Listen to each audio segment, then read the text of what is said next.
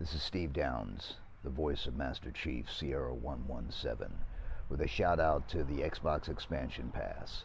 Keep your heads up during this time of isolation. Stay positive. Play some games. Most importantly, finish the fight.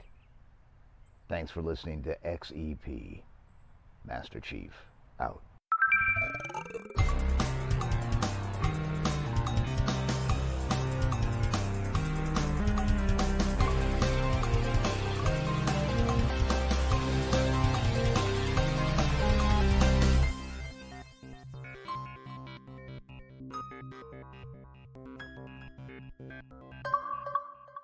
Welcome one, welcome all to episode 78 of the Xbox Expansion Pass, recorded on Saturday, April 10th, 2021. I am your host, Lohr, the InsipidGhost. In this episode, we welcome guest host Lord Cognito of the Iron Lords podcast on to discuss the return of E3 in 2021, the comparisons of Xbox and Sony in 2021, and discussions on Outriders. In the back half of the show, we'll welcome Scott Brodie of Heart-Shaped Games to discuss his upcoming ID at Xbox title, We Are The Caretakers. Enjoy. Yet another week of gaming is upon us and behind us. Welcome to XEP, discussing all things in the gamerverse as they pertain to the Xbox ecosystem. And as I am wont to do each and every week, I like to start the show by offering words of kindness to those who have made my gaming week better. And this week, the words of kindness go to the guest co-host on the show, Lord Cognito of the Iron Lords podcast, the man with the best intros if you have ever heard them. What's up, Cog? Yo, Lord the Ghost, InsipidGhost. I'm in the realm of Xbox Expansion Pass. I am very honored to be here. Love what you're doing, man. This is a good day, man. I made it. I made it to the Expansion Pass. I'm a happy man. I'm ecstatic to have you. You and I talked about coming on the show a while back, but I had to figure out ways to get other content creators on the show, and it still kind of stick to the XEP vision. And so this is perfect. I'm so excited to be working with you. Your slate, my friend, has been busy of late. I mean, I'm checking out when's Cog available? What are we going to do? This man's on Unlocked. He's popping up on multiple shows on his own front. I'm sure XEP listeners are aware of you, my friend, but give a quick rundown of where they should be looking to find you as it is. No doubt, man. Yeah, at Lord Cognito on Twitter, Iron Lords podcast on YouTube. That's where we pretty much rock in the realm. Every Sunday is the Lord's Day, generally 1 p.m. Eastern, unless it's football season, then it's 11 a.m. Eastern. Mm-hmm. But yeah, man, we've been doing it for a while, man. And just like I said, celebrating, people in the industry, whether it's content creators or developers or personalities. And you've been in the realm. You've been invited. I love the work you've done, and it's always good to have you in. And yeah, man, just trying to keep it positive. And just I think the focus we like to do is really celebrate these kind of unsung heroes that make us love gaming, and just create that platform where everyone's welcome. It doesn't matter. Obviously, we have our preferences with Xbox and stuff, but we talk about PlayStation topics, Nintendo topics as well. So yeah, man, I've been doing it for a while. It's cool to see the growth a little bit. And then also I do for my looter shooter fans, we do a Destiny / now Outriders podcast. Mm-hmm. It's called The Last Word. That's with my co-host Ebontis, man, and Ebontis good people. We've been playing these looter shooter games, very knowledgeable guy, and that's usually on Fridays. And again, everything on the Iron Lord podcast. And the last thing is the website. So lordsofgaming.net, pretty much by the fans, for the fans kind of thing. And yeah, we try to keep it professional, opinion pieces and things like that. You can find up on there. Great team, and I'm very proud of that. So lordsofgaming.net is also part of the Iron Lord podcast movement. Well, it is a pleasure to have you on, man. Of course, I met your Iron Lords co-host, King, when we were at E3 2019, playing Battletoads. I still have that business card to this day, sitting over there on my shelf, which is a pleasure to go over there and look at. I'm glad you're on, man, because later on in this episode, we're going to be talking about Outriders, offering a review. I held off on giving that review to give those servers time to stabilize, as it were. And man, oh man, they've had it. But let's start off with, I think, one of the bigger topics of this past week. E3 2021 is a go as an online-only event. The ESA confirmed that the show is going to run from the 12th of June through the 15th of June, and this was contrary to several rumors that have been popping up over the past few weeks, so I'm glad to see we've got some clarification. There is indeed no paywall of any kind, and they're going to have quite a few people showing up, and I say people, quite a few companies, including Xbox, Nintendo, Capcom, Konami, Ubisoft, Take-Two, and Warner Brothers, along with Deep Silver. Cog, this is a big deal for a lot of reasons because it's E3 and we talk gaming. But first impressions on hearing this? This was a positive, man, a pleasant surprise. You know, for me, you know, and you obviously, you know, you met King at E3. You know, E3 holds a very special place for me. And, you know, as a gamer, it's one of those situations like as you're a kid, you know, you say, hey, man, I would love the opportunity to go to this. And, you know, at the time, it was pretty much, you know, developer and media kind of only, and the fans weren't allowed to go. I had my first opportunity in 2015 through FanFest. I heard out about FanFest, and, you know, a lot of people said this is a way that you can possibly, you know, get to go. And to be honest, it was more of an Xbox-related thing for me as opposed to just having the idea to think I would be able to go to a press conference or anything like that. So as I got there, it was just a magical experience. And, you know, met so many people. And then, you know, obviously met Xbox brass. But I met Phil Spencer. He was literally 1 year. Like, he was like a couple of months into the job. You know, I think he was maybe 2014 is when he became the head of Xbox. And it was 2015. So he was fairly new. And when we get into the MLB section, I have a story there too. But look, at the end of the day, E3 is special. It's the biggest moments. It was always, you know, for me, the press conferences, the surprises on what the companies were doing. And when I hear this news, a nostalgic part did hit me. And I'm happy it's back. The key for me is, obviously, we know it's going to be digitally only because of the pandemic. Thankfully, there's no paywall, so that's great. But, you know, I think for me, just to see that they'll be there and the mention of conferences is kind of cool. And hopefully they do enough to kind of rebuild themselves because, as we know, you know, in the pandemic when they were not there last year, other companies have, you know, gone about doing presentations themselves and holding their own events.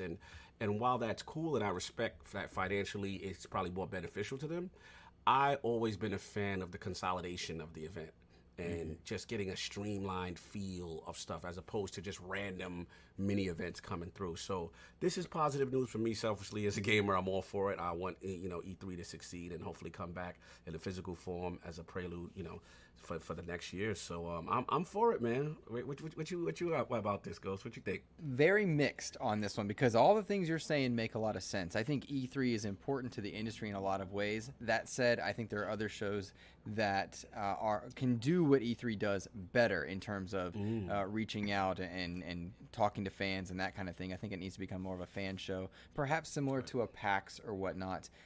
My fondest memories of 2019 are of FanFest, not of actually E3 proper. I feel you. Now, last year, what I liked and did not like, and I'm leaning more towards did not like, is how stretched out the news for gaming was across several months. And not being sure, you know, when is this a bomb that's going to be dropped, or is this going to be a very casual, relaxed inside Xbox state of play or whatever it's going to be.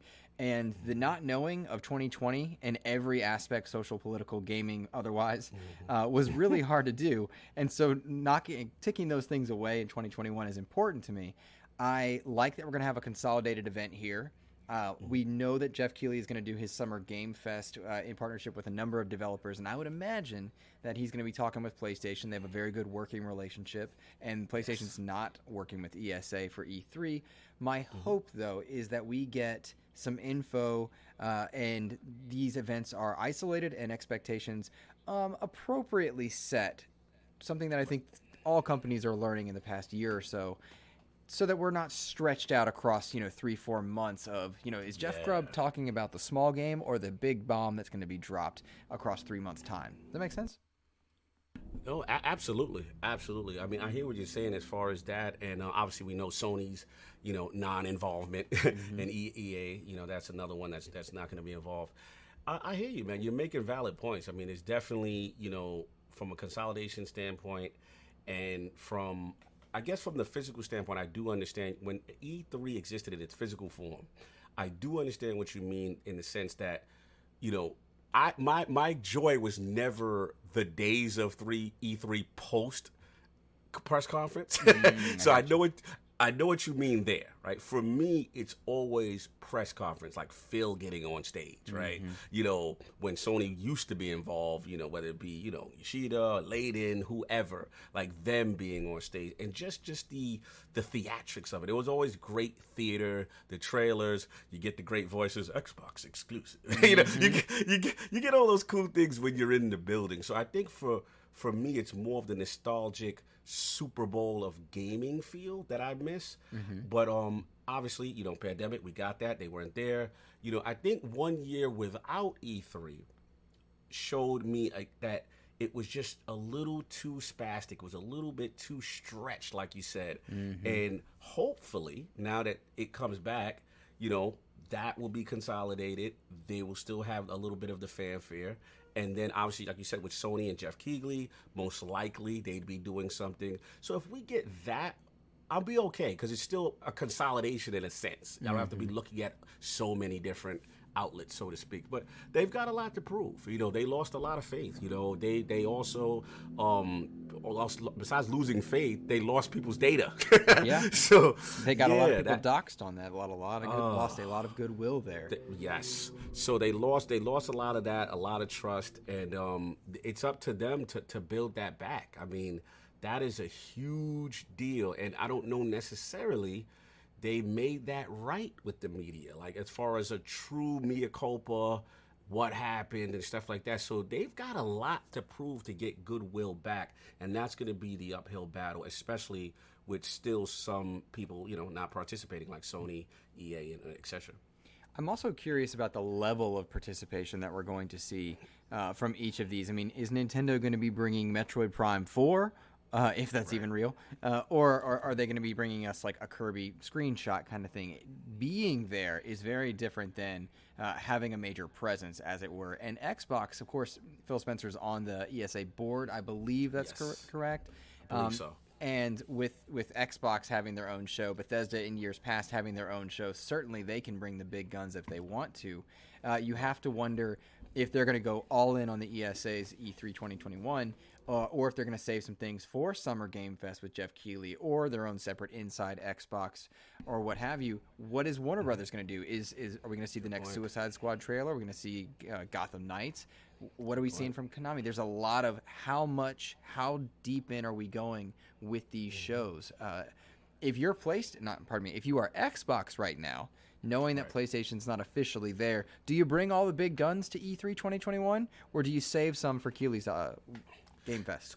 This is a great question, because Xbox in particular, because obviously with the ZeniMax / Bethesda acquisition, they now are in a position to possibly have two shows. And, we know how much Bethesda has to show. When they had the round table, both errands were already in discussions, about how they were going to, roll out marketing and stuff. The fact that Phil retweeted it as far as the ESA's announcement and their involvement denotes to me, I'm just inferring, denotes to me that they do plan to have a presence. And, with Sony not being there and the momentum that Xbox has right now, I think it's imperative on them to show out, to really take it seriously, to really, have some blockbuster. It's beneficial to them for the generation, and it's beneficial to the ESA to make sure the platform really has that star power and people show off, games that are really highly anticipated. But to your point, Ghost, I think you're making it like the question is going to be the other, like the Take-Twos, the Ubisofts, the Konamis.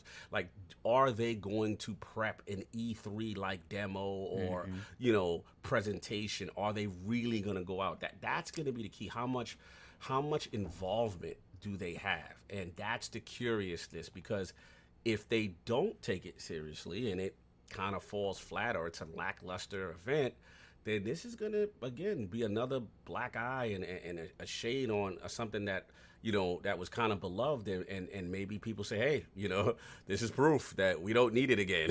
Kind of deal. There's a lot to prove here. I'm very curious how things play out. I will say that. Gamers have a habit of, us versus them, this group versus that group. This was better than that. Very rarely appreciating all the goodness that we are afforded. I'm curious to see the reaction of E3 the post E3, like looking back on it, and then the Game Fest comparisons. Will people prefer one versus the other? Will they be comparable? I mean, we don't know what Keighley's planning truly for this year and how he plans to consolidate some of that news and streamline some of those events. Because real talk, I thought he did a great job with what he had, but I also saw a lot of places to be improved, as you would expect. I mean, goodness gracious, when you have a pandemic and all that, everybody gets a pass. Everybody gets a pass in 2020. Correct. 2021, not the same case. There you go, brother. I'm with you. Yeah. So I'm very curious to see how involved we are there. Whatever it is, you have to imagine that Xbox is capable of bringing some major announcements. They need to sell people on the future as they're getting more physical units out there through the holiday. You have to imagine Halo Infinite's going to be on display, but frankly, I don't think that, as much as I love Halo in general, I don't think that's moving the needle anymore. I think damage was done, and now it's a matter of, all right, the game's got to be good. Nothing you show me or don't show me is going to sell or not sell me at this point in the game. But Everwild needs to show up. Hellblade 2, we need to see those studios talk to me about 2022, 2023. Yes, what am I getting in the future? Yes. So, anything that you're hoping they bring to the table? Yeah, I mean, it would be nice to get, some advancement, obviously, on Halo Infinite's development. Obviously, we've heard the rumors of potential, Starfield. Who knows how much COVID has played a factor on... COVID's been a factor on a lot of these studios' development, but it's going to be curious to see... because one thing about Bethesda we kind of know is that usually when they show, they're ready to go, So the question will be, will Starfield be shown, and is it a 2021 release? I am curious about, obviously, the other third parties. As far as Xbox, I've got my eye on Compulsion. I want to know if, because, the rumors of their... what type of titles seem to have been released as far as a third-person, cinematic adventure kind of deal. So I'm curious about that. And so Xbox Game Studios, like you said, a year, 2 years out, what else is cooking? You said Everwild, you said a lot of the games, that I'm also interested in. But yeah, and then obviously third party, we got to see what's also coming out. Obviously Warner Brothers is there, Koch Media, Ubisoft. There's been rumors there about potential Ubisoft and Microsoft being very cozy, as far as Game Pass. Do they splash that kind of a deal and say, hey, coming at such a day, kind of like in an EA kind of fashion where there's this integration with Game Pass Ultimate. Capcom's another big one. So I'm excited, man. I want to know if they treat it with even though it's digital, if they treat it with the same seriousness and fanfare that we normally would get with an E3, and if we get that roadmap for some of the companies of like, hey, this is something they're working on in the future. Right.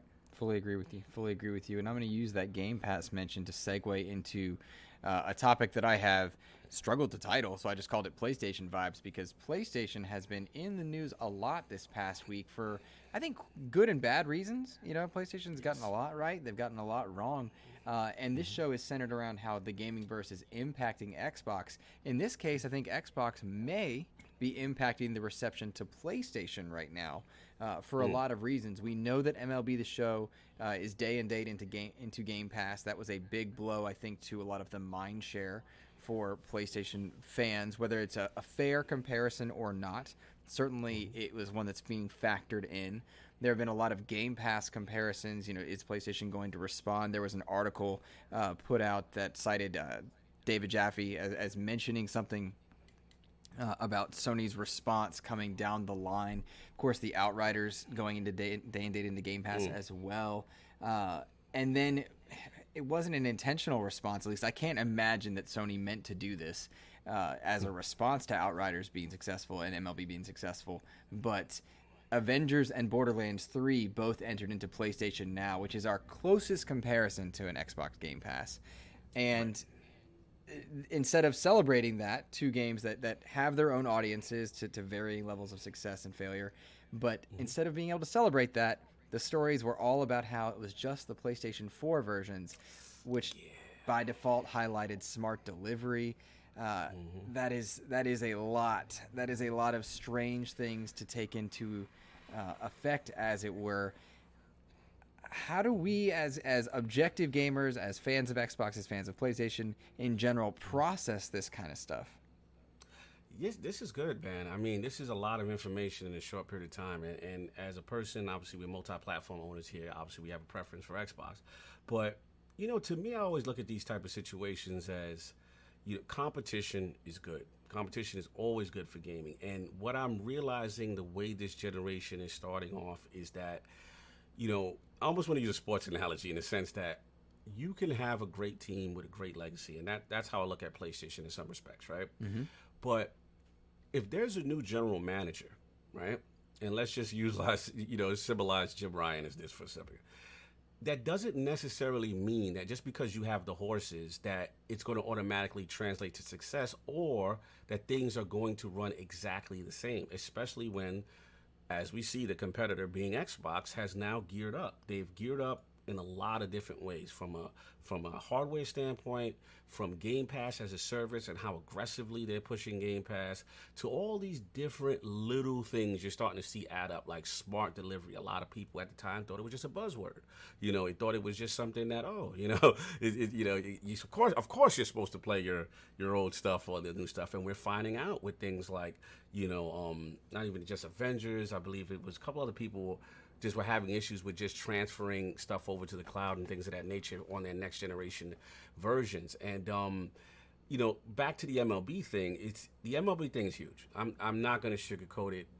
This is a big blow. And why it's a big blow is because first of all, it's the definitive baseball experience. I've played that game, Sov and I, shout out to Lord Sov, we're baseball guys. We are simulation-style baseball guys. Mm-hmm. There are other baseball games like RBI or whatever, but those are the arcade feel. This is a game that gives you the true feeling of baseball, tendencies, fatigue, pitch counts. It's tremendous accessibility. It's an amazing game. Like, Xbox use gamers. Like, I'm telling you right now, like, this game is the definitive baseball game. How much so is that, back to my E3 story, in 2015, when I met Phil Spencer, this is my first time getting a chance to meet Xbox brass, right? Mm-hmm. They basically told us, hey, any question you want us to, as far as helping Xbox. Mm-hmm. So selfish Cognito, instead of these, grandiose questions everyone else asking about the brand, I'm like, how come Xbox doesn't have a MLB licensed baseball game? That's my first question to Phil Spencer, literally. And he looked at me and he was just like, he had Greeny with him. Shout out to Aaron Greenberg. And Greeny looked over. He's like, kind of like, yeah, why don't we? And then Greeny was kind of response was like, kind of, hey, legal, marketing, licensing, that kind of deal. And he said, okay, respectfully, he said, look, I definitely hear where you're coming from.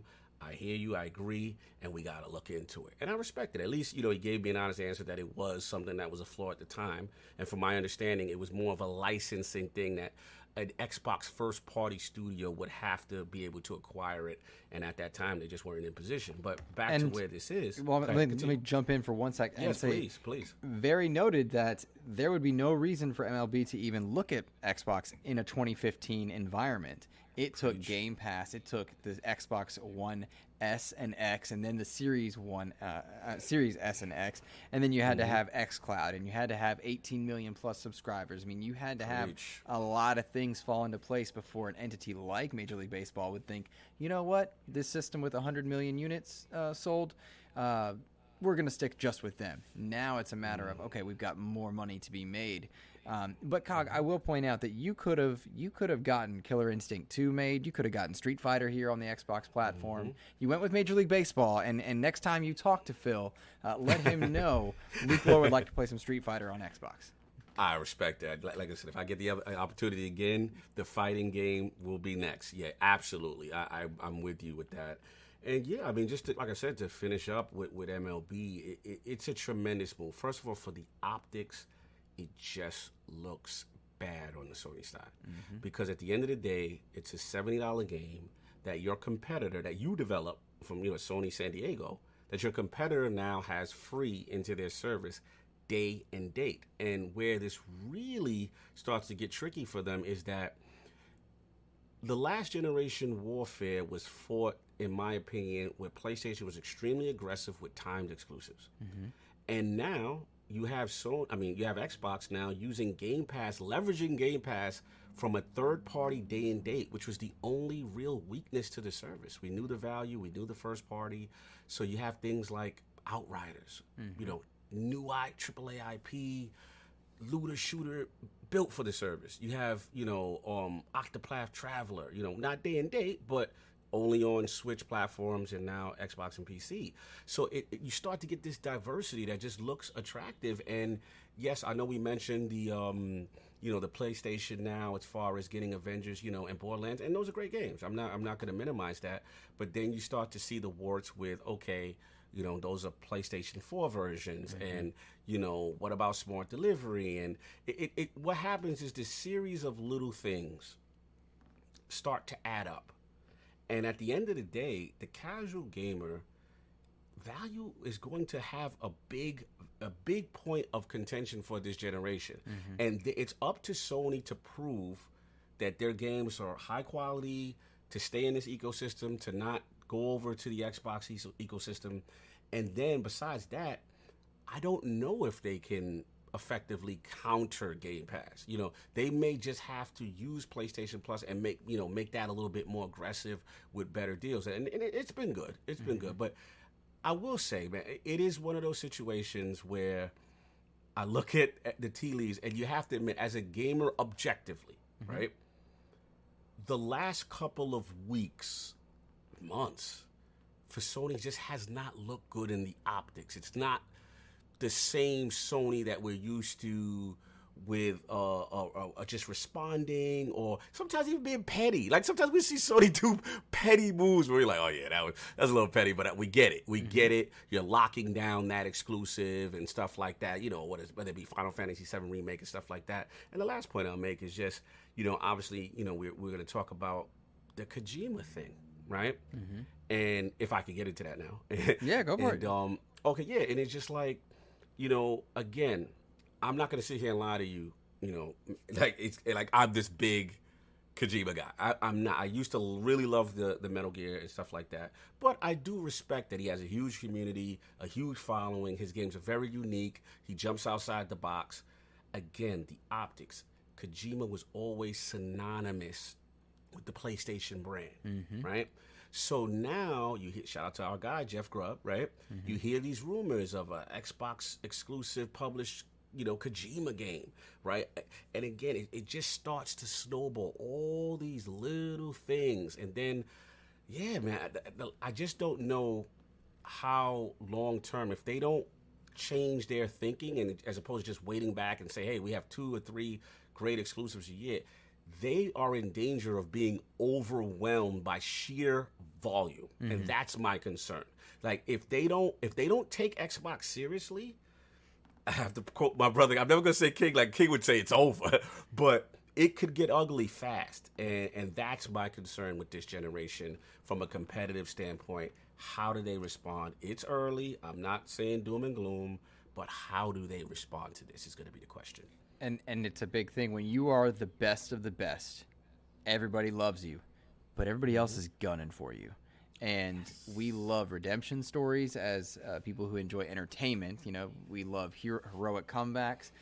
And a lot of people will pay money. They watch championship fights to see great fights, but a lot of people go to watch the champion fall and a new person rise. And it feels like right now that PlayStation's in danger of being at a tipping point because they're having a lot of little things chip away at their ego.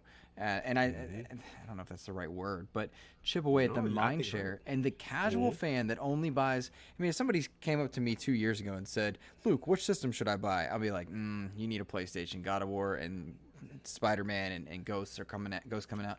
It's just that good. But Game Pass is pretty great, too, and I would put that caveat on. Now, if they're coming up to me, I'm thinking it's Xbox because of the sheer value. And that mind share of the hardcore, the people that make podcasts, people that listen to podcasts, etc., that bleeds out into the casual fan over time. And long gone are the days where, and I'm playing through Rise of the Tomb Raider right now, and somehow connecting that here. But that timed exclusive on Xbox felt dirty. It felt dirty at the time. It felt like you was getting away with something. It was just weird, right? And now, and that's PlayStation bread and butter, as it were. And now, like, I could see a world where, if you altered the timeline a bit, it's not that they get it early. It's instead, Rise of Tomb Raider will go right into Game Pass. That's how it would feel. And that's a different mentality. And as these things chip away at the giant that is Sony, who has made some of the best games ever. Absolutely.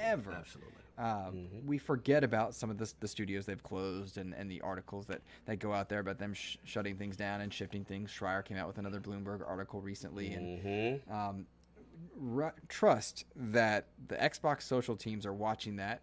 They're talking up their Bethesda deal still. They're putting the Ludin in the background with Phil Spencer every interview possible. They're aware of these things, and they're trying to get into the mindshare of the casual market because the hardcore is looking for it.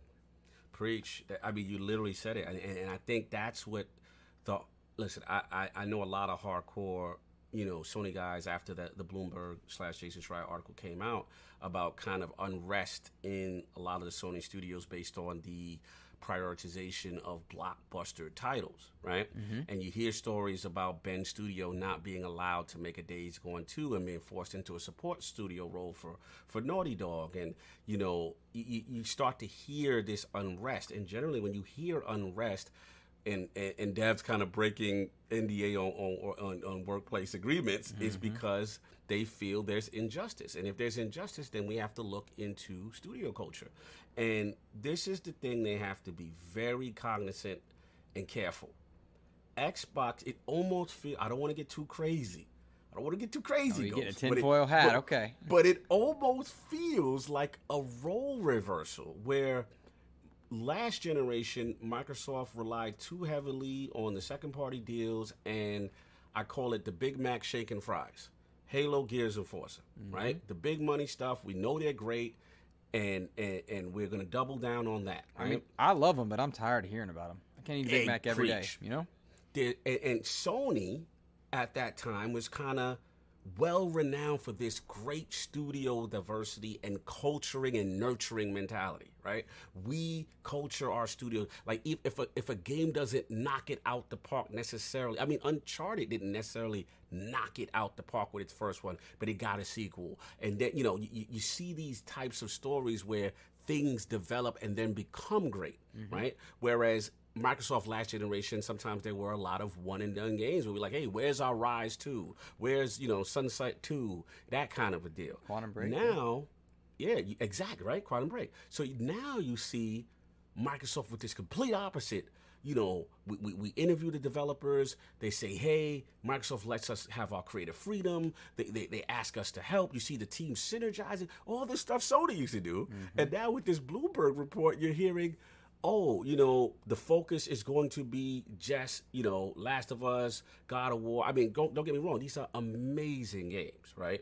Amazing. We're not going to, but then when you hear about, they're going to make a remake of a remake to Last of Us Part 1. Instead of developing and improving upon the pretty decent formula of Days Gone, that could have used some love, but can't you just imagine what that sequel would have looked like with all the lessons Ben learned? That's what I'm saying. And here's the scary part, Ghost. It's like, it's not like Days Gone was a commercial flop. No, it wasn't. That's the scary part. Like, again, some cool I'm tech not in there too. Cool tech, horde mode mechanics, tons. I interviewed the devs at PAX, maybe when it released about 2 years. It was amazing just to see conceptually what they had came out. That game deserves a sequel. There's just no doubt about it, So to hear them get denied that, and okay, now I heard that they were worried about being absorbed into Naughty Dog, and now they kind of complained, and now they got let go from that responsibility as a support studio, and now they're back on working on a new IP, thankfully. But it just goes to show that there is unrest, and there are business people now running the show versus like maybe the Sean Layden era where he actually says, hey, we like pride in these smaller games that develop into something in this diverse lineup. So they've got to watch themselves because Xbox is not playing any games. Game Pass is one of the ultimate weapons that they're using. It's growing. And here's the scary part. Last point. We're not even at Xbox. Game Pass is growing, and the first party still hasn't gotten here yet. That's right. The fruits of those draft picks, so to speak, right? Those Obsidians and all these studios haven't even really started cooking yet. When that happens, this is going to be a very competitive generation. And again, that's what Sony's going to have to. We're going to see how serious they take it, man. The clock is on now. We got to see how they respond. You mentioned Sean Layden, and right now a clip is circulating a lot of the social spaces of him discussing, that PlayStation is about games, and that's what's most important. And that's not the vibe that you get from a Jim Ryan out there. That seems to be the constant, idea that's making the social circles, the podcast circles, the content creators are all saying it. And again, that tends to inform many different groups of people as well. What's interesting, though, as I was hearing you talked about last generation, that role reversal. I would argue it happened midway through that generation when Layden departed, when you saw Microsoft. They didn't get Rise 2, Sunset 2. They didn't get Quantum Break 2. But right around the time that State of Decay 2 and Sea of Thieves came out, I mean, that was a rough year, right? Rough year. Crackdown 3 went out to whatever. I mean, I liked Crackdown 3, but it's not what it was supposed to be. However, that was when I saw the true shift. We saw some acquisitions start to happen. We saw Sea of Thieves get support. It launched. It had its problems. Had some players. Lost some players. Now, 20 million plus. They started cultivating that game. They didn't say, all right, you have to be a hit right now. They started building these communities, building these teams, building the goodwill so that the internal teams, when they spoke to their friends, colleagues in the industry at GDCs and otherwise, they were saying this is a good place to work. And that's making these acquisitions that are years in the making that much easier. And to your point about Game Pass, the first party hasn't hit. We have 23 studios now. I think we had 17 or so at one point, 15 maybe. Yeah. They were the ones that still could have been producing incredible content. Then you add Bethesda into the mix, and suddenly Game Pass is who everyone needs to be worried about. Not Xbox per se, but Game Pass, and it's everywhere, man.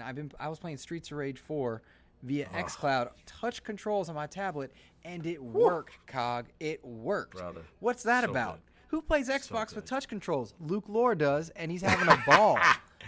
Preach. Weird. Preach. It's just, it's real, man. It's a great strategy, and we didn't even mention the other part of the MLB, the Game Pass, and just Game Pass in general, the cloud streaming aspect of it. I mean, I was at the doctor's office. I used xCloud. I was playing a lot of my games on my Razer Kishi, and it felt great. And then I even got better latency, where it felt so one-to-one. I actually used the Xbox app and remoted to my console. Ooh. Played Destiny at 60 frames as opposed to the Xbox S version of 30 on what you call it? xCloud. Brother, it felt phenomenal. I played Yakuza Like a Dragon. Again, the long-term play of streaming Game Pass in these markets that traditionally would not buy an Xbox console.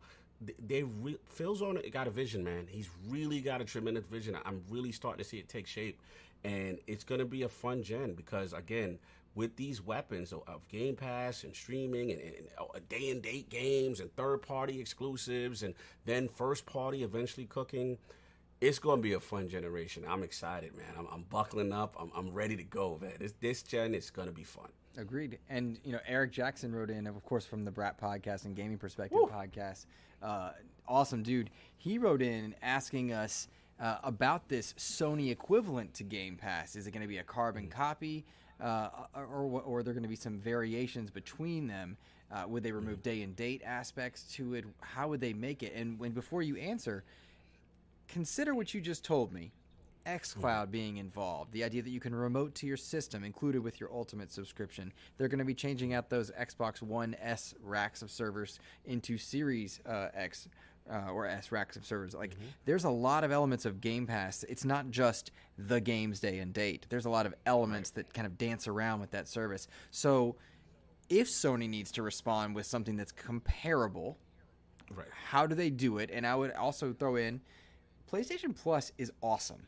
That instant game collection is amazing. They put great games in there. I mean, they got a good month this month. I think Days Gone is in there, actually. Zombie Army's in there, which is ironically ending up in Game Pass this month also. But there are good games in PlayStation Plus regularly. In my mind, that's the service they cultivate. But tell me your take. What do you think? No, I think you're on fire with that. I think PlayStation Plus doesn't get enough credit because what's happened is we no longer look at Xbox as a games with gold. We don't even take it any serious anymore because the quality has been so low, and it's clear the focus is Game Pass. But back to Sony, yeah, I think they really need to be aggressive with PlayStation Plus, but I don't want them to ignore PlayStation now because they pioneered the space with cloud streaming, so to speak, right? With the Gaikai deal and stuff like that. Now, the tech may not be comparable, but at least what they did was allow the download feature, right? So the key for me is still be aggressive on both fronts. I don't think they can match day and date because I don't think that's Sony's business model. I don't think structurally they're set up to take that kind of a financial, I would say financial hit, but kind of reality it probably is the financial hit. I think Microsoft is just more equipped for investment with short-term loss for long-term gain as far as Game Pass. So I think PlayStation Plus is the focus. I think that other thing they have I believe it's called like the PlayStation Legacy Collection or something like that. Instant Game Collection or something like that. That's what they used to do on the Vita. That was a great thing for the Vita. It seems to be great for PS5 PS Plus users. Right. Because when you log into your PS5, you have like Days Gone, a couple other cool games. I'm like, oh, wow, this is great value. They're going to have to consistently attack it that way. I just don't see them with their current business structure saying, hey, you're going to get God of War day and date. You're going to get Ghost of Tsushima 2 day and date. I just don't see that. But if they could but what matter of fact, I may take I won't say to that full extent, but they did show me a little sign with Destruction All-Stars. Okay, I got to comment on that. So tell me your thought. Tell me your thought, because I got to comment. I was surprised because I remember hearing about that game. I remember them definitely pushing it at one of the State of the Plays. I'm like, okay.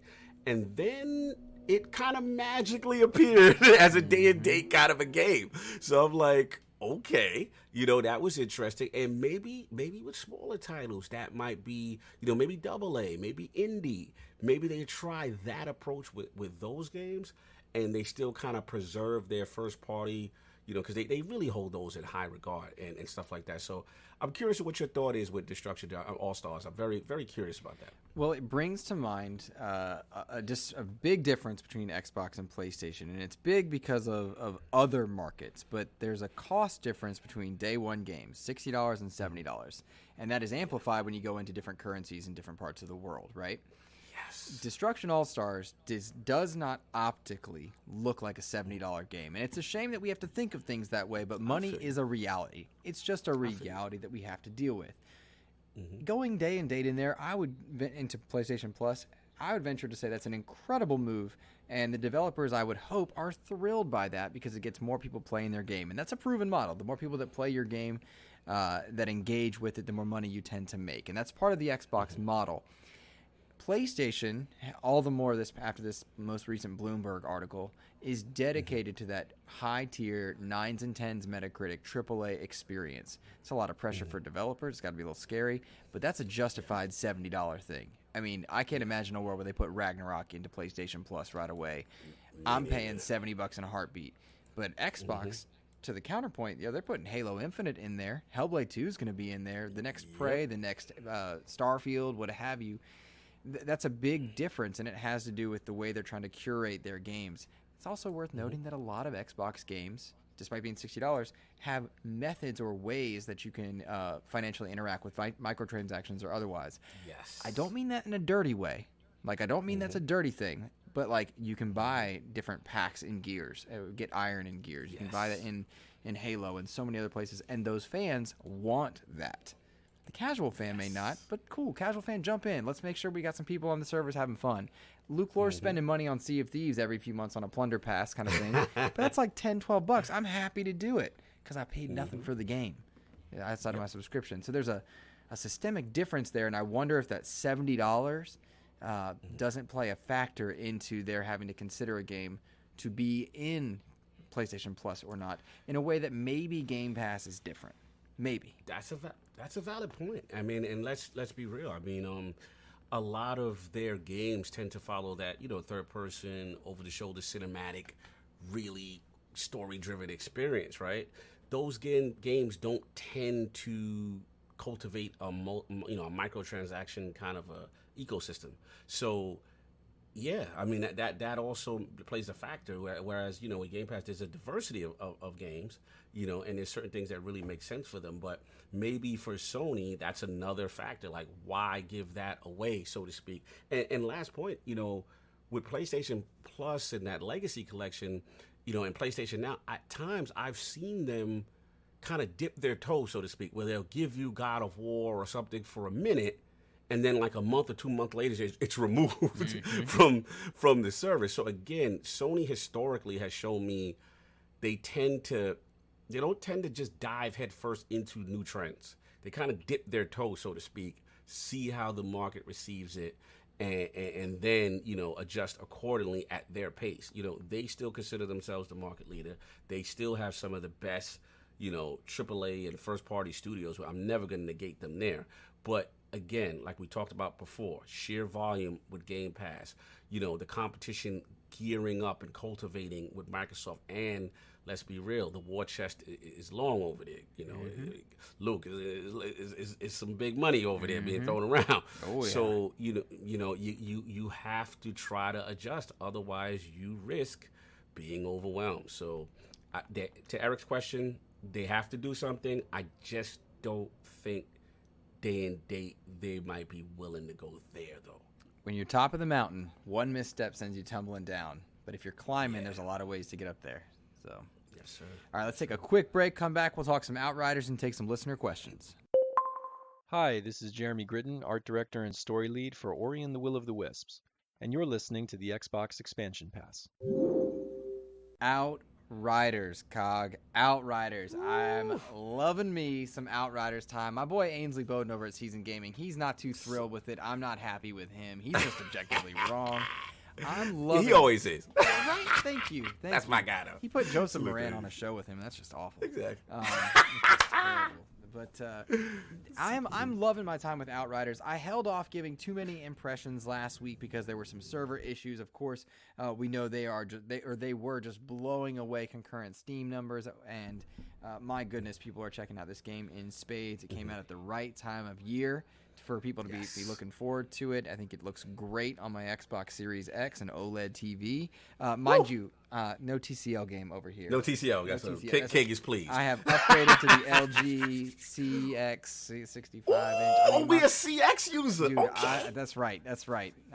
Let's go. Yeah, man. I don't have any. I'm missing a kidney, but I got that TV. So, I salute your sacrifice. Loving my time with Outriders, brother. And I know that you, as a Destiny fan, probably have a very different type of appreciation for it, because I'm not into the stat min-maxing kind of thing. I just want to look cool and feel cool. That's why I liked That's why I liked Anthem. For the time I liked it, right? But it certainly did fall flat towards the end. But I'm digging Outriders. What about you as the grinding Destiny man? Talk to me about Outriders. Yeah, man, Outriders, man. We had a good discussion. Shout out to Ebontis and Last Word about it.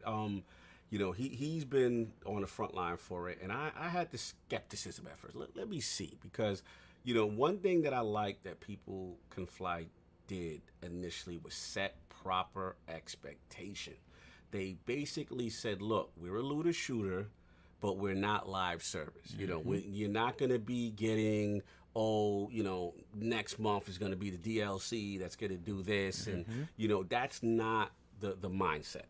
And the vibe I got from them was almost like a Gears/Diablo kind of vibe. And the cool thing about it is I did not expect to have this much fun with it. As a looter shooter fan, the thing that gets out to me first is the style of game it is, the loot itself. Is the loot actually attractive? Does it make me want to play?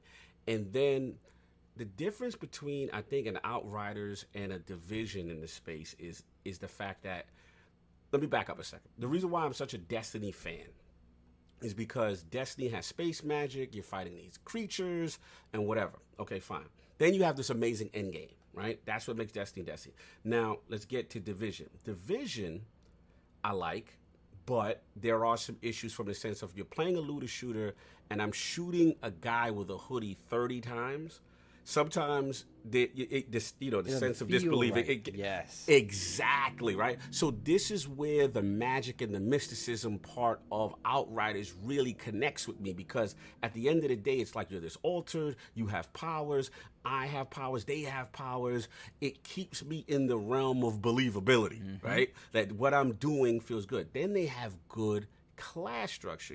They have the pyromancer, the fire, witch kind of person. They've got the trickster with all his, teleporting and cool things, the devastator, the tank, and then my favorite class, which is the technomancer, which is like the support guy, long range. He can heal the team. I can put out turrets.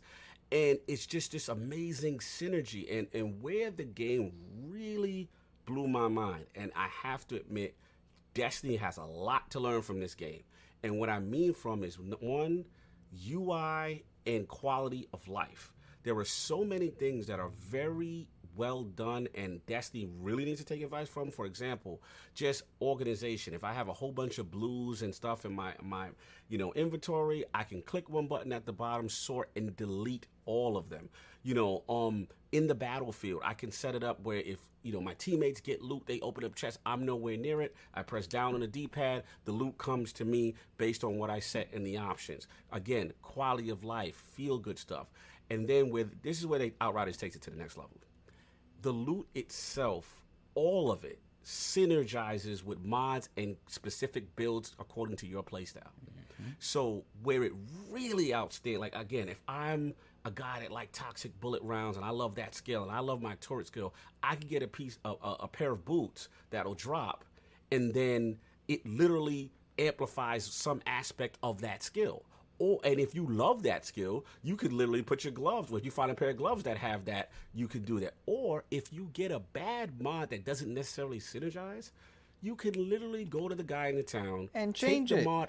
Bro, it is so customizable and user-friendly. And this is, again, where Destiny needs to learn. Because it's PvE only, they let you go crazy. Like, they don't care that you have these crazy builds. I mean, well, they did nerf a little bit, but for the most part, they don't care.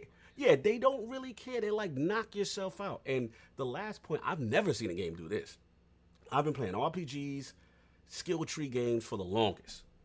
Every game, Luke, I've always seen, hey, if you're going to reset your skills tree, you're going to have to pay this currency or take this point away. Exactly. Outriders says, hey, you don't like that build? You don't like that you invested all these class points? You know what? Press the button, reset it, do what you want. Exactly. And that is right where I'll jump in, because as the guy who doesn't min-max, but I want to look cool and I want to be OP. That is what I want in video games. That's what I strive for, is to just be this awesome, unstoppable force. I love that. And Outriders gives it to me in spades. They give me a chance to adjust the world tier on the fly if it's too easy, too difficult. Respect that skill tree accordingly. Like you said about those mods, if you get into the mods, there's a whole nother level of game. If you're there to just have your skills and go, you got that. You're good. If you're there because you want to take that experience further, you can just adjust it as you like.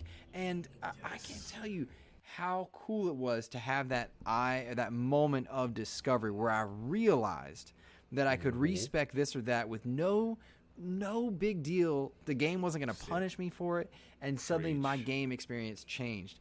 I made a mistake in that skill tree. I started up, I was playing through, I was like, man, this is not good.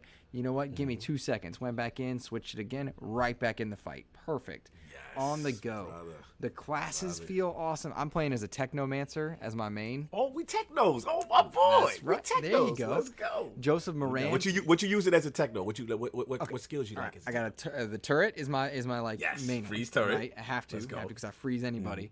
I have the mortar to get people out of cover from distance. Nice. As I need to. And that one on the right, I'm messing around with right now. I got the rocket launcher for the moment. Okay. But I'm debating, do I want to go blighted rounds here and there? Okay. I'm just not sure what I want on that right skill. But like when we said, you get the fixer wave that heals, you become a healer and can heal your teammates and yourself as well. So I have that. Should I be using that? Bro, for high level, it is a lifesaver. Shout out to my boy Addict. Shout out to Randall Thor and Fonzarelli. We were playing a couple of matches.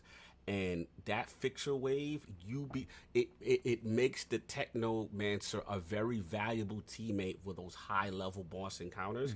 And you can see the energy of your teammates. And remember, it heals yourself as well. You might want to give that a shot to it. It's real. I've been having fun with that. But continue. You mean, are you suggesting, sir, that I can go and change that, try that out, and if I don't like it, change it right back just as much as I want to? Yes, sir. I will try that out. Gosh, I love this. And that's, like, to go back to your point, that's the best part about it being PvE. They can just let you be OP. They can let you do whatever you want. Have a good old time. This is a game that had I paid $60 for, I'd be just happy as can be. I'd have been very pleased with that purchase. The fact that it was into Game Pass, amazing. I have to caveat and say they did give me a code a day early. Salute. I don't feel like I got any advantage in that way. Salute to your hard work. But I do have to like say that. But real talk, this is a game anybody with Game Pass should be checking out. And I'm just thrilled for People Can Fly. Like, real talk. People Can Fly made a good Gears game that for some reasons just didn't catch on, but you know, it was the odd one out. Bulletstorm didn't do it for me, but cool. I like that you tried some stuff. I'm just so happy to see that they're raising their own stock here. I'm happy to see that Square Enix, who published Avengers, is going to get some lessons learned in how to roll out a game, and that not every game needs to be a live service. And I think this is going to be great for those live service games. I mean, Game Pass was tailor-made for live service.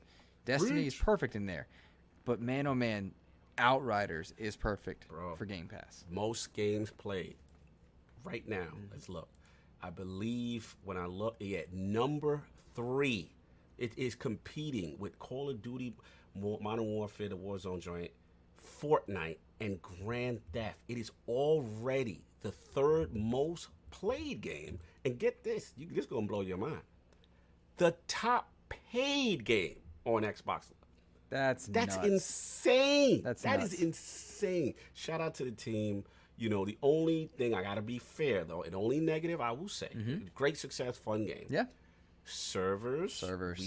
We gotta get this straightened out. I have way too many crashes, way too many drops, you know, certain times. And look, I'm a looter shooter vet.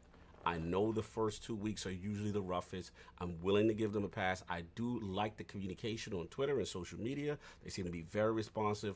The only nitpick, because I gotta be fair, is that I don't feel that they should be worrying about sandbox changes and making adjustments in the meta when the game got some issues technically that need to be fixed, especially this inventory wipe thing that I'm hearing. It's pretty scary that some people are losing entire inventories with this weird bug. Yeah. So again, growing pains, new IP, I'm willing to give them a pass. I just want to see, as things go on, do they address it, and the focus is on the technical issue. Now, I believe the Xbox patch went out today for crossplay, so now all the systems can crossplay. I'm going to try it with Ibantis, and hopefully some people from my boy over Agitated Soul from Season Gaming. We're going to do it on the PS5, and we'll use the voice over IP option. I want to see, because last time PC seemed to be the issue. Console, PlayStation 5 with Xbox was working. Series X seemed to work fine.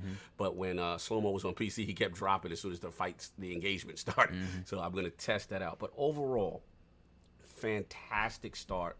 New IP, in Game Pass. Can't believe I'm having so much fun. So much fun that on my Looter Shooter show with Ibantis, The Last Word, we really talk more about Outriders than Destiny the entire time.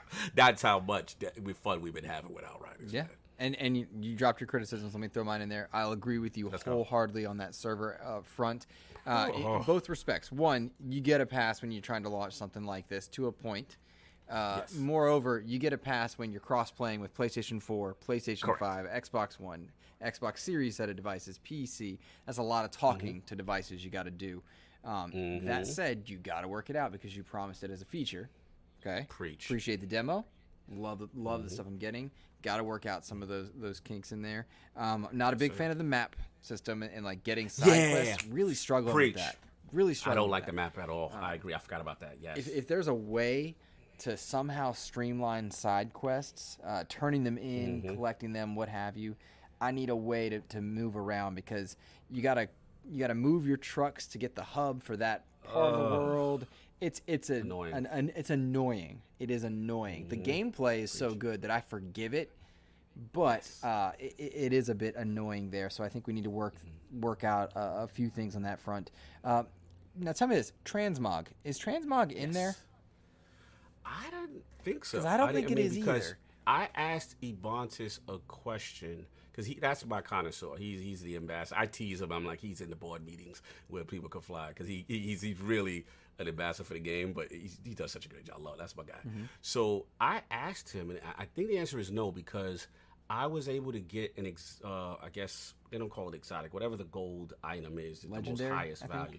Yeah. Okay. I'm so used to using exotic from Destiny terminology. So with them, I call it exotic, even though it's not called exotic in Outriders. But anyway, I got this helmet, tremendous mod, gives me a lot of survivability. It almost looks like an old Russian helmet with flaps on the side. It's funny.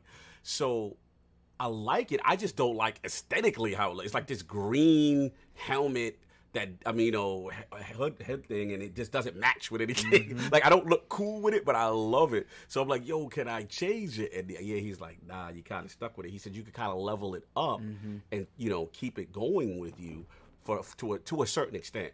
But as far as transmog, no. You know what I'm saying? They don't have that. And there's another little nitpick. I would love for them to have, I think they don't have cross-save either. That's another thing. No, is that true? Oh, wow. I guess I haven't thought about that. All right. Because shout out to Paul Tassi.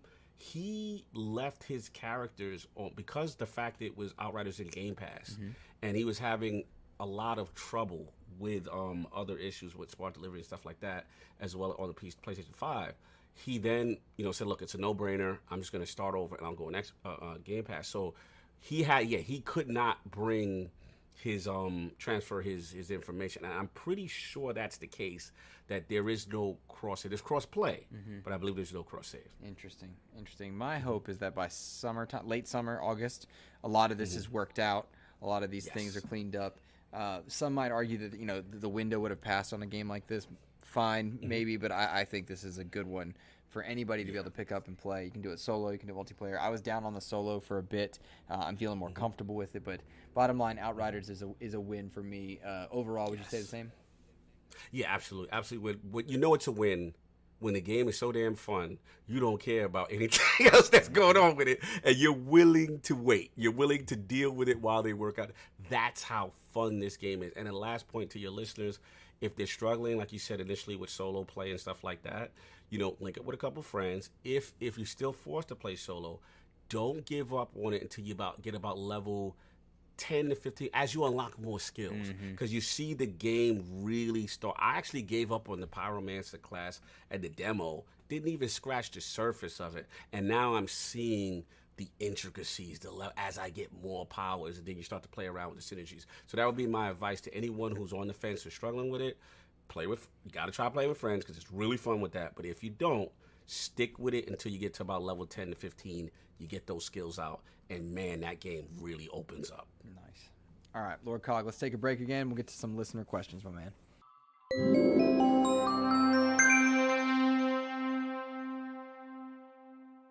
All right. Lord Cog, we've got you here for a couple questions, and we're going to wrap up and kick over to the Scott Brodie interview. This first one, specifically for you from Elemento Pio, he wants to know about this 5 Heartbeats movie and why it resonates so much. There's got to be a quick story here. Shout out to Elemento Pio, man. It's a classic movie. It's a funny song. Listen, man. If he wants to call the Iron Lords the 5 Heartbeats, it is an honor. The song goes, nights like this. So basically like a super group, so to speak. Gotcha. And listen, man, salute to Elevator. Good guy, funny humor. And look, man, if we get any success comparable to the Heartbeats, I will take it as an Iron Lord. So salute to my man, Elemental P. Yeah, he's great, man. He's always writing in, supporting different shows. I love it. Yes, sir. On a more serious front, my boy Todd Oxtra writes in, Todd wants to know about storage. He's been playing a lot on his Xbox Series S. He says now with the updates to Gears 5 and Halo, it's almost all of the internal storage. This is a problem we've seen not just on Xbox, but on PlayStation as well. There's got to be affordable options coming down the pipe for these expandable storage. I mean, there's proprietary stuff for the Xbox, but that's a $200 memory card, dude. Oof. Yeah, I just bit the bullet. Did you really? Bro, I was fighting it. I was on the stance of I'm not bending the knee. I'm not doing it. I had a 3 terabyte mule. I'm going to transfer over. And you know what happened, Luke? Game Pass starts being too damn good.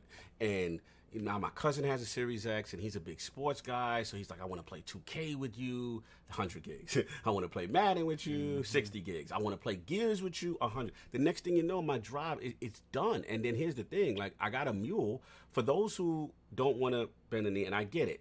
You get your big terabyte. You play what you need on your internal as you need. But with me, because I'm such a live Destiny damn near 100 gigs. You know what I mean? There's so many games that I really do switch back and forth that it became harder. And then Game Pass drops a game, and I'm like, damn, I want to try Empire of Sin. Damn, Outer Worlds is back with DLC. Damn, like it just snowballs because it's like every week it feels Game Pass is doing something that forces this download. So I feel you. Hard drive situation is very serious. Again, I would just say if you are intent on not spending that $200, and I get it, get yourself a Western Digital or Seagate standard mechanical drive, USB 3.0. Get the most terabytes you can. I mean, at least download the games and then transfer them over is faster than having to re-download them again.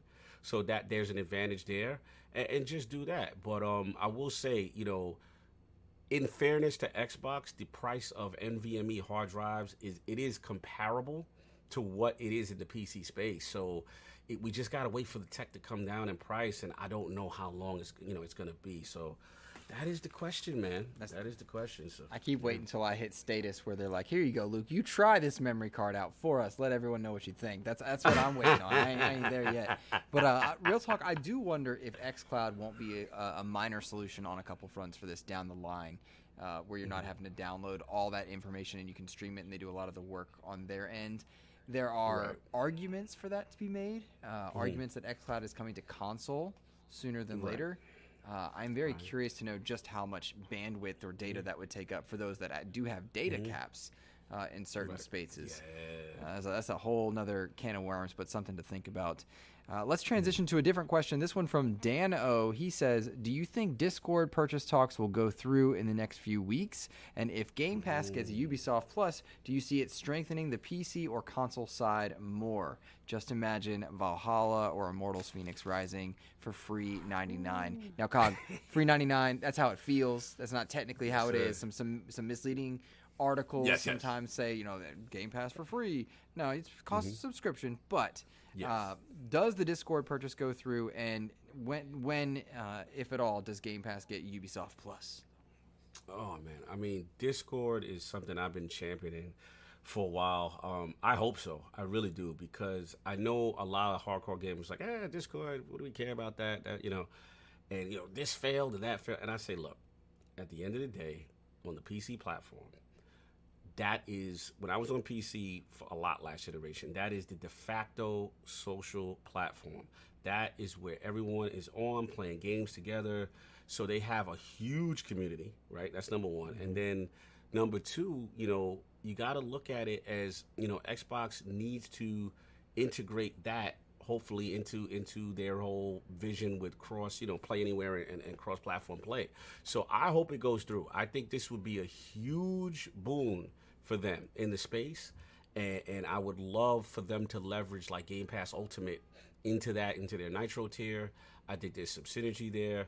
As far as the second part of the question with Ubisoft, I'm hearing rumblings. I'm feeling confident, that may happen. Again, I'm no insider. I just go by little tea leaves I hear here and there and stuff, but I think it might happen. It makes sense. I mean, Ubisoft has this tremendous library of games. We know they have live service games, and we know they love their microtransactions. So it's a perfect marriage, Even if they don't do day and date and there's no acquisition, right? If they do like an EA kind of similar kind of deal, I could see a scenario where it's like, okay, you may not get the brand new Ubisoft game day and date, but after a couple of months, it drops in. And I think their games fit perfect. You got Watch Dogs, you got Assassin's Creed. Look, Division could get a tremendous boon from Game Pass. Just breathing, like, let's say they launch a comparable DLC right about around that time, and the developers did, Massive Entertainment did come out and say they're going to support Division still.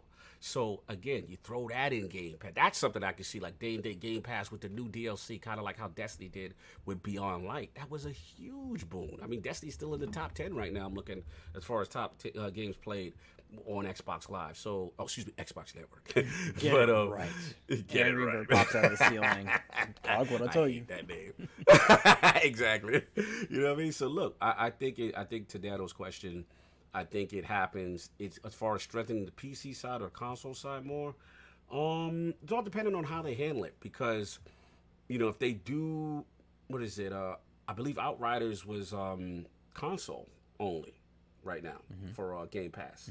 So it's up to Microsoft how they leverage it, and with permission from Ubisoft how they want to leverage it. So if there's a new IP, maybe Xbox nudges and say, hey, we wanted the Series X to kind of benefit from this release kind of thing, or if it's a PC more tight. I don't know. That's going to be up to those two, but I do think it gets done. I do think it's a huge boon for Game Pass, and we just got to wait to see if it happens.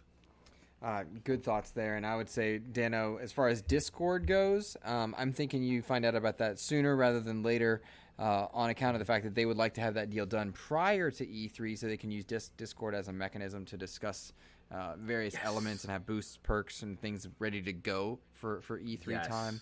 I think you find out about Ubisoft Plus somewhere in that Summer Game Fest E3 as well. I don't think it's a done deal that it goes to Xbox. It's quite possible that Sony's counterpunch, as it were, includes Ubisoft. We've seen Ubisoft every generation. They will support everybody. They don't take allegiances. They've been all over Game Pass. They've been, Games with Gold. They've been all over PlayStation Plus. They will go anywhere. They supported the Wii U out the gate. So I don't think it's a given that it's an Xbox deal, as it were. But I can't imagine a world where they look at 18 million established subscribers and they're like, nah, not for us. Good point. And last point I want to say about Discord is another thing that people don't realize, that where it's so much value is just the fact that, like, when you go to these shows, we go to these E3s, you go to PAXs or whatever, the developer community is really in Discord. They have their own Discord and stuff like that. So I agree with you, Luke. I think that if they're going to get it done, they want to get it done before E3 and really bolster that whole community and get that as part of the Xbox ecosystem. Agreed. Well, Lord Cog, I have had an absolute ball chatting games with you. Before we kick it over to the interview with Scott Brodie, let people once again know where they can find you, and I will say just how much I enjoyed this episode with you, man. Likewise, brother, man. Of course, with the Ghost Expansion Pass, I am Lord Cognito of the Iron Lords podcast, at Lord Cognito on Twitter. You can also find my podcast brethren, Lord Solve, Lord King, Lord Addict, on the Iron Lord podcast on YouTube. Every Sunday is the Lord's Day, 1 p.m. Eastern. And if you also want to check us out more, as well as some great articles and opinion pieces, please check out lordsofgaming.net.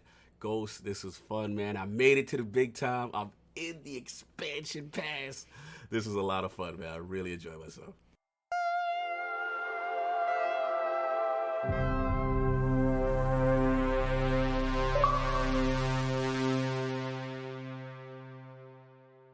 Alrighty, we are very fortunate now to welcome Scott Brodie of Heart Shaped Games here to the podcast to discuss his upcoming game, We Are The Caretakers. Scott, thank you for joining us today. Yeah, thanks for having me. I am thrilled to have you.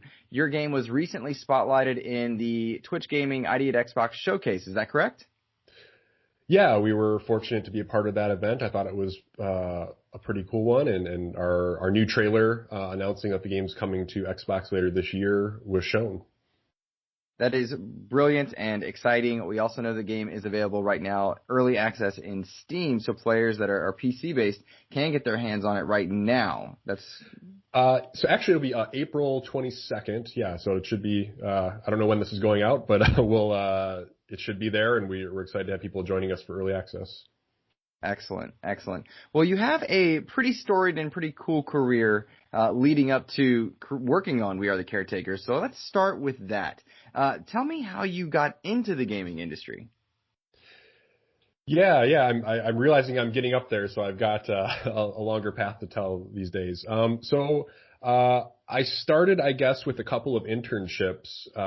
There were a couple local studios. I'm from Michigan, and I got an internship with a company called Outrage Games, and they were making a PlayStation 2 and original Xbox game called Alter Echo. I don't know if anyone's ever heard of that or played it, but I was proud to work on it. And it was a great kind of first entry into the industry. Eventually I got an internship with Microsoft Game Studios, and it was a very unique internship where we actually got to make an Xbox Live Arcade game called Aegis Wing. So I was out in Seattle for a summer, and myself and two other interns kind of put that together.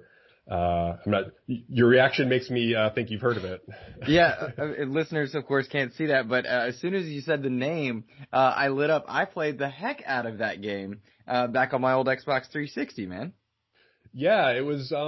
It turned out surprisingly well, and it was a really good fit for Xbox Live. And so we got a lot of people to play the game. It was a really. It's a project I look back on as just being a fun thing to work on, and a lot of people seem to enjoy it. For as simple as it was. But that helped me, I guess, lead into a full-time gig with Microsoft. So I ended up being an Xbox Live Arcade producer and designer in some parts for about 4 years there. Worked on a lot of Xbox Live Arcade titles, Insanely Twisted Shadow Planet, Snoopy Flying Aces. I worked on a ton of games helping independent developers get their games on. And then eventually I just decided it was my time to start my own thing. I definitely considered myself more of a programmer designer type. So I was excited to kind of start building my own original games, and that's where Heart-Shaped came from. We can talk about the games. What year was that you shifted away from working on Live Arcade and working into Heart-Shaped? Yeah, so I started that in 2010, and so October of last year was actually 10 years of being in business, doing the indie thing. Congratulations. And you guys have made a number of games, and I'm scrolling through the Heart-Shaped website as we're speaking right now. Any projects stand out there that have kind of informed you and taken lessons into what you're working on now? Yeah, I mean, I think we started out with smaller teams, but fundamentally the same idea of starting with maybe a real-world inspiration in the case of Hero Generations, which is a game about a character who every step they take is a year of their life, and aging and generations, and following through with following heroes through multiple generations of things was kind of inspired by my life at the time and being a new parent. So just a through line of building sort of fun, but rooted in sort of real world topic, strategy games definitely, has prepared us for We Are The Caretakers, which is definitely based on a very interesting, real world topic in conservation and anti-poaching. With the I don't know if the right word is livestock. That's not, the Ron. Tell me. Yeah. We'll get to that in just a minute. Before we move into that, I'm looking at the Heart-Shaped team, and I was listening to a few other interviews prior to this one. You certainly have a small team that you're made up of. Am I correct in saying it's about 8 people that are working on We Are The Caretakers? Yep. Yeah. We've had we've grown, quote unquote, to 8 people. Some of the earlier projects were closer to 2 to 4 people. Mm-hmm. And, so I can talk a little bit about the team. We were very lucky to partner with, Xalavier Nelson Jr., who has worked on a number of games recently, Hypnospace Outlaw. I want to make sure I say this right. An Airport for Aliens Currently Run by Dogs. You may have heard of. So he has been the narrative lead on We Are The Caretakers and has largely shaped a lot of the world building and obviously the story mode.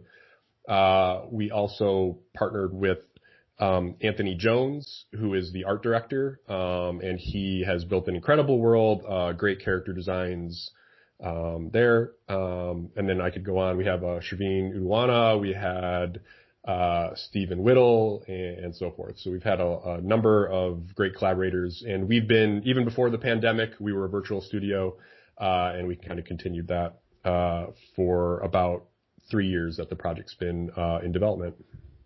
3 years of being a virtual studio. Some of you are based in Michigan, some in Australia, California, Texas. That has to present its own challenges and levels of comfort depending upon the mood and topic. What challenges do you guys think you were uniquely prepared for as other studios around the industry that you may know entered into virtual? Yeah, I think virtual studios have a lot of advantages. The main one is that we can, collaborate with people all over the world, so we're not limited to the talent, that's local to us. So we've been able to build our teams with the right people to match the project, and usually the best people, we can find across the world. It also just gives us, obviously there's a cost savings, right, of not having offices and so forth, which is helpful for those smaller projects. But really it is just a mindset of like letting people focus on the work and not worrying about having to fight traffic to get into the office and, all those things. It really is a flexibility that I think, benefits a studio that, is trying to do original things and might need specialized, processes or people to get things done. So I think ultimately that's the advantage of that. There are definitely disadvantages. I was bummed that GDC, the main game development conference in our industry, was canceled this year, because usually we try to get, the team to at least meet each other in person at that point. So I've actually worked with people on this project that I haven't met in person, which is, frustrating at times. But, beyond that, I think it's been a great way to, make the kind of games we want to make. Does GDC really mean a lot to smaller studios like yourself? Is that a hugely important thing for you guys? Yeah, I think for me personally, just because it's a great connection point, not just with our own team, but with the wider industry, and to be able to, make, thankfully we're able to make a connection with the Xbox and the ID at Xbox team. But it's definitely a great place to meet those partners and talk about, the best ways to maximize the platform and, how to get our games, the most spotlight they can get. So I definitely think there's a lot of benefits to that conference and just having those touch points throughout the year. Gotcha. Cool. And one final question about the team. I noticed there's another member of the team with the last name Brodie. Family member, wife, sister, friend, just coincidental? Nope, that's my lovely wife, Kate. Gotcha. And our studio manager. Gotcha. Very neat. Very neat. That has to present a lot of really fun opportunities to get to collaborate and work with your spouse on a project like this. There's probably a lot of pride in that. Yeah, we've there's lots of benefits and challenges to that, and we've been able to make it work. She's been incredibly supportive, finds ways to build the business that I wouldn't be thinking about. And, it's been great to sort of, create a family business, in a way with Heart-Shaped Games. That's wonderful. Those are the feel-good stories that I always enjoy, finding stuff like that. But let's move into We Are The Caretakers proper, the game you've been working on for how many years at this point? Yeah, so we're coming up. I always get it mixed up because there was a good year of like pre-production before we formally got started. But yeah, I think the number is getting very, very close to 3 years. And you mentioned previously, ideas of conservation and plenty of other, I would say, lessons that can be learned despite playing what looks to be a sci-fi turn-based real-time strategy game, which is a lot to say in one sentence. How about giving me the elevator pitch and we'll go from there? Absolutely. So we've been describing We Are The Caretakers as a Afrofuturist sci-fi squad management RPG where you are running a sort of rogue organization called the Caretakers, trying to protect the endangered wildlife and your planet from poachers, and eventually you find out an alien arrival. The game itself plays out on a couple different gameplay layers that we can talk about, but you're fundamentally managing an ensemble cast of characters with different traits, personalities, character classes, abilities. and then forming them into squads of 6. And you can have multiple squads that you deploy onto a field where you're doing a number of activities, obviously protecting the animals, searching for clues to where poachers might be, interacting with towns. And then once you confront a poacher unit with one of yours, it goes into actually a turn-based RPG combat system. So it's a complex topic with a lot of moving parts, but ultimately what we were trying to create was a feeling and experience of managing a conservation effort in this very exciting sci-fi way. We'll get to gameplay momentarily, but what motivated you to discuss and center your game around the theme of conservation? So we actually, one of our collaborators, James Pita, had a connection where he actually did, I guess, AI research with one of the major conservation charities. And through that connection, we just kind of discussed like, hey, is there a way to make a game, about this topic that wasn't just your, typical educational, experience? Could we make a commercial, exciting sci-fi thing that could explore this topic? And so, we were able to talk with rangers in the field and eventually do some research with them to kind of understand kind of the dynamics at play. And we kind of built or found, I guess, what the sort of strategies and the gameplay systems that could come from that. So we kind of started from that research point, and then just bringing Anthony in with his concept work and Xavier with world building, we kind of just settled on, this unique path with sort of Afrofuturist inspired world that could map really well to that experience and the people doing the work. Gotcha. That's a brilliant sentiment and a lesson I think that needs more telling and more speaking about. And so I love that. Now, as I'm watching gameplay on my second screen here, I'm watching you play through on a recent Steam Q&A. And initially it looks like it's an isometric top-down type game before, and you're moving around the units that you talked about building in different squads, I suppose is the proper term. Mm-hmm. And then as you move into those turn-based strategies, you've got a lot of layers of systems there that, to somebody like me in a very amateur state, I might find a bit intimidating there. Tell me a bit about how you're acclimating the player early on in the game to handle a lot of these systems, and then let's go into some of those systems. Yeah, so we view the story campaign as our teaching tool, and so we do try our best to ramp players in, and have built an onboarding experience that hopefully can get people there. So you start out with a single squad, and you are investigating this inciting incident where a Ron has been poached, and there's this orphan Ron there, and you're kind of just trying to figure out what's going on and what to do. And through that, we kind of teach you the basics of the gameplay.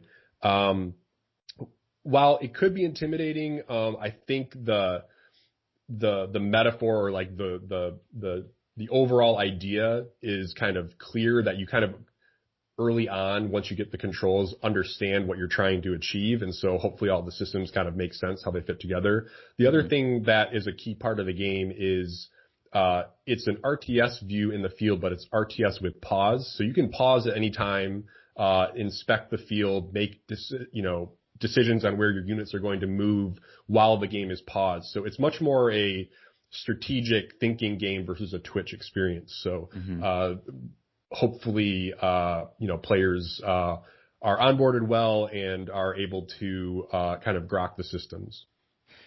If you had to give listeners a comparative note to other games in the industry that are similar, perhaps not the same, but similar, what might you suggest are inspirations or games that are just comparable?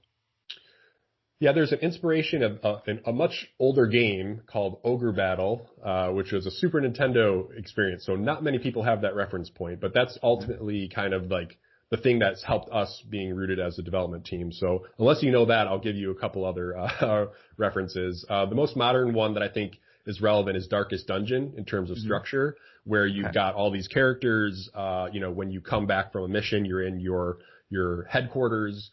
And then you're able to, upgrade your characters across job classes. You can, again, sort them into different squads.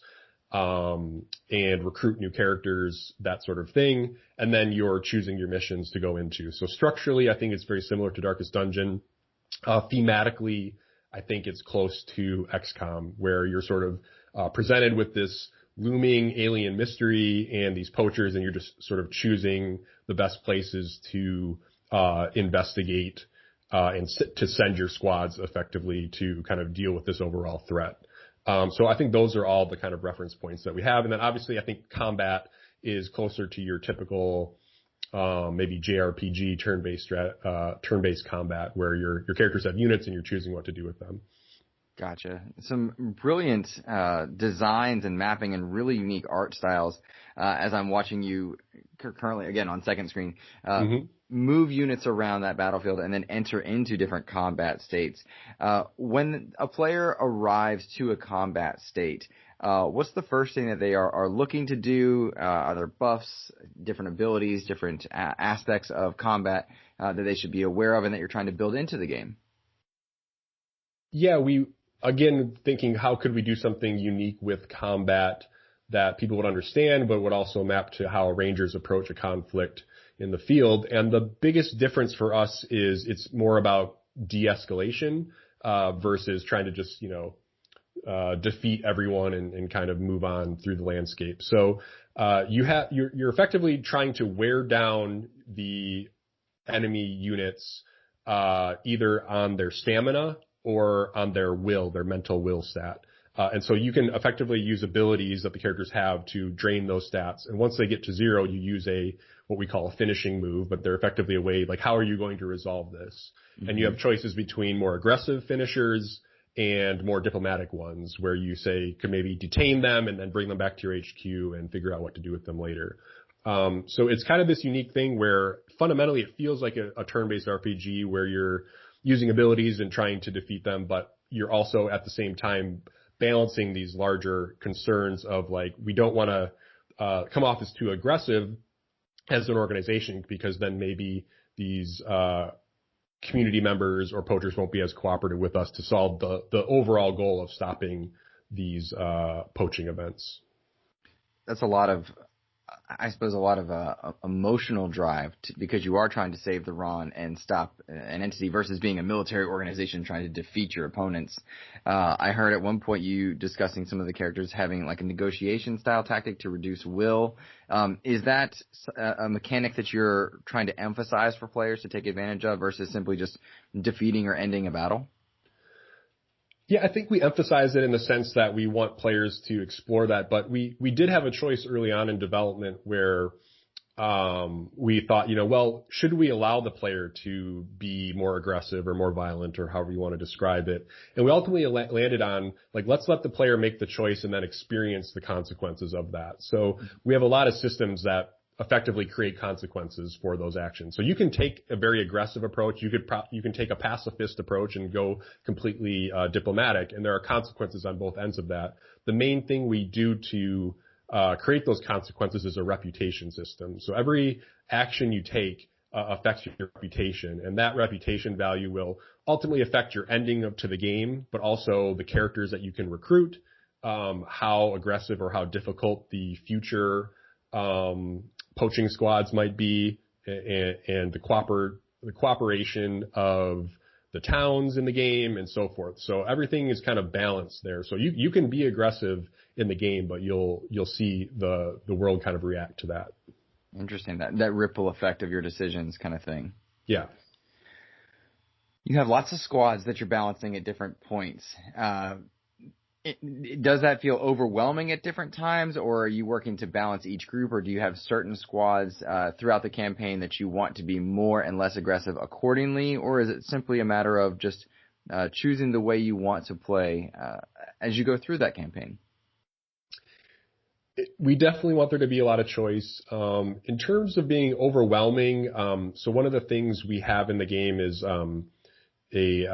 a technology tree. So you actually, you start with 3 squads, but you can unlock more as you go. So eventually you'll have, up to 9 squads if you unlock all of those additional slots. But again, we try to ramp players into, having the experience of managing them and then slowly growing that.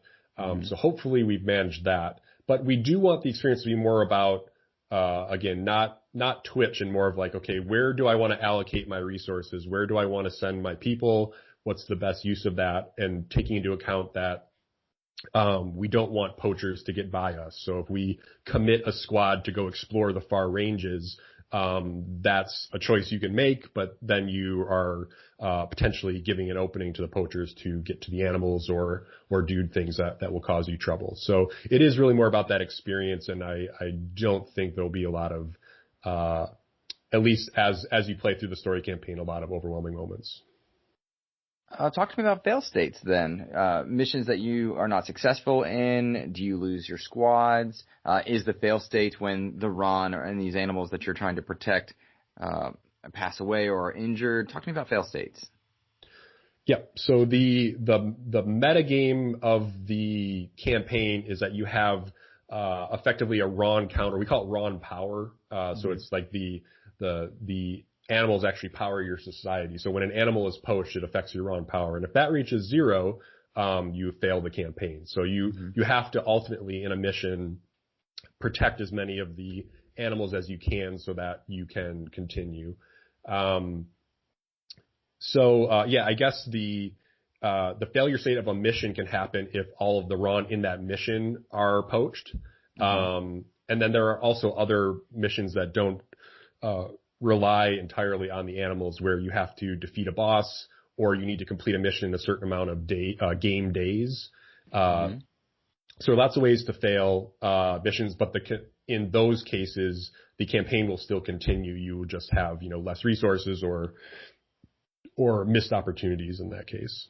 I see. Gotcha. Well, I'm thinking a lot about this. We talked a lot about campaign. That would suggest there's another mode, as it were. Is that true? Yes. So we have what we call the survival mode, which is effectively a randomized or generated campaign.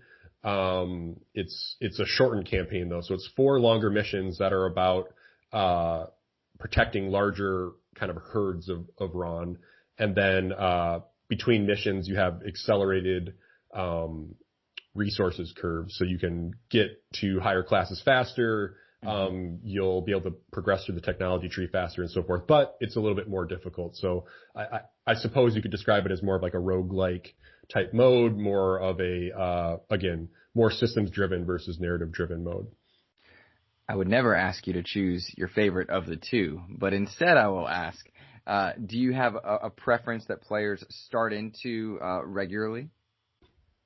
Yeah, I think we want players to start with the story mode and then continue to explore the survival mode. And we've built it that way, and why we think it will be a fit for early access, and that you can get the sense of the story mode. We will be adding to that to add variety so that is replayable as well. But fundamentally, we think players will end up spending most of their time in the survival mode.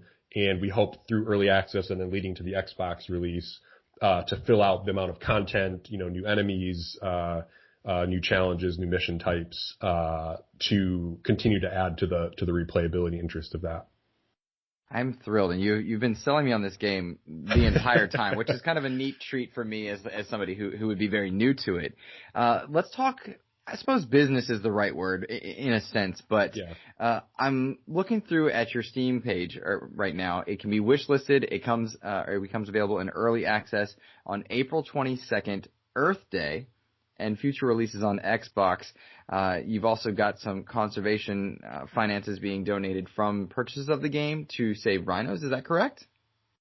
Yeah, so talking about that kind of initial inspiration for the game, not only did we want to build a game about the topic, we wanted to find a way to give back to it. So we hope that through players playing the game, they will gain awareness of the topic and want to learn more and be invested in helping save the environment and rhinos specifically. So we have formed a partnership to give 10% of our game sales to the WCN, the Wildlife Conservation Network, and they have a specific program actually called the Rhino Recovery Fund, which over early access will actually be sharing videos of people in the field and things of the work that they do. Our goal was to give back monetarily to try to help support that. So anyone who joins us for early access and 1.0 will be doing that. That's brilliant, and fitting that it would arrive on Earth Day for Steam users as well. Yeah. that just happened to work out, but we hopefully that will help people remember and give people a reason to check it out. Well, we have lots of listeners to the Xbox Expansion Pass that, of course, play on PC, play on Steam, but you all were featured in the ID at Xbox showcase, and the Xbox audience, or console audience, I should say, as Xbox has now spread its wings. Right. It will be available to them. Talk to me about how you linked up with ID at Xbox and what you guys are hoping to do as far as a release onto consoles.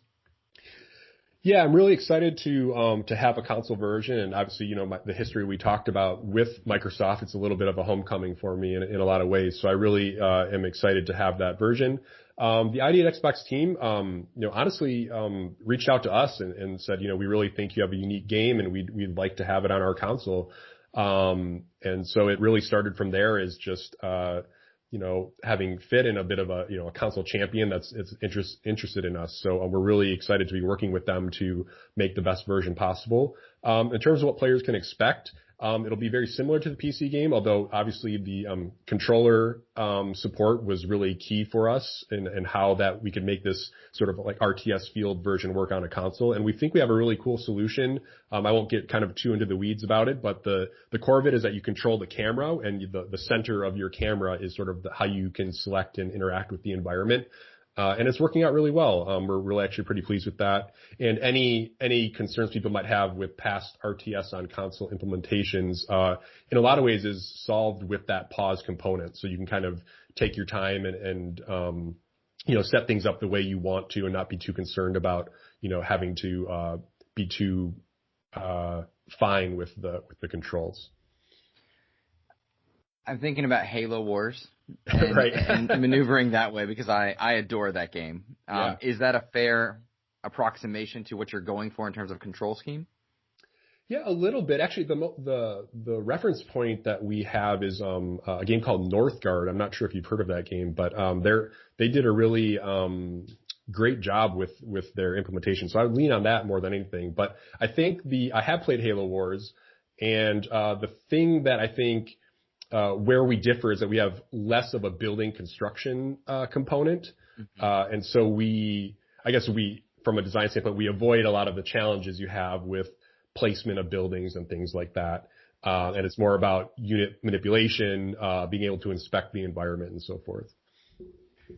Do you have a date in mind for the ID at Xbox release, or I should say the console release, if that's the case? Do you have a date in mind? Is there one set in stone? Is it a bit fluid at this point? Because you are going to early access on Steam. Yeah, exactly. Like so I can say a general range is later this year, whether that's summer or fall. But obviously, with early access, we want to take as much time as we need to get the game right. So we want to leave. We have not committed to a date yet because we want to leave flexibility to be able to stay in early access longer if the community is digging it. I'm often asked, when I speak to developers, I'm often asked by listeners to ask them to elaborate a little bit on the arrival into the ID at Xbox program, or one approaches the other. You mentioned that they came to you. How simple is that process? And feel free to dodge out as you need to. Of course, I recognize there are certain things you don't want to talk about. But how easy is it to form that relationship, bring the game to it without necessarily locking down dates or whatnot? There's a lot of aspects to it, and I'm elaborating on my question too much perhaps, but they have so many avenues for players to access the game now. Yes, you go into the Xbox ecosystem, but there's xCloud, there's PC, there's console, there's Game Pass, there's Live Gold. There's a lot of elements to balance there. Can you talk or mention anything about the process of entering there? Yeah, I mean, fundamentally, even if they hadn't come to us, I mean, you can submit your game through their usual channels, and they're fairly responsive, and they have teams set up to help you with the technical sides of it. We haven't felt much pressure, honestly, to like be required to support certain parts of it. So I think really what they want is great games and to have it in the way that, makes the most use of the platform, but also what makes sense for the developer. They don't want to overextend you, to do things that maybe you're not capable of. So I think they're really just focused on the content, which is great. And, since I mentioned when we were on Xbox Live Arcade, it was, a little bit more challenging, or at least there was a curation process, right, where not everyone could be on the platform. And I think the one thing that the ID at Xbox has, done really well is to make a console version accessible. And I think they have some other programs that, they may want to talk about in the future that they're doing to kind of more directly support developers as well. So overall, it's been a great experience. I guess if there's a specific thing that you want to know, I can go deeper, but fundamentally it's been great working with them. And I think they've really left it up to us to how we want to implement the game. When you're trying to get your game out to so many people, are you looking at services like Xbox Game Pass? Is that something that suits you? That's that is the question I'm forced to ask to every developer now, because it seems like every episode of XCP, Game Pass is coming up. Is that something you guys are looking at all? And again, if there's something you don't want to say there, please feel free to not.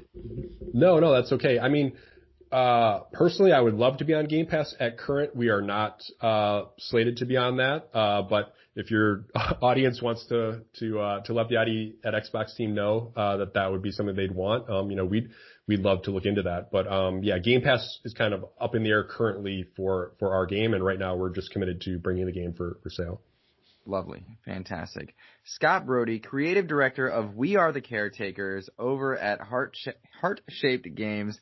I appreciate your time. Do you have any closing thoughts? Do you want to point people in a certain direction to find content for you guys, and how can they support the game? Yeah, obviously, like you've talked about, they can support the game by wishlisting and getting in on early access, but also just following us on our social media, so at Heart-Shaped Game, or myself personally at Brodie Games, and you'll be able to get all the updates on the Xbox version of the game. And I guess I should mention our official Discord for the game. You can just go to our website, wearethecaretakers.com, and join that. We would love your feedback and love you to join our community as we continue developing the game.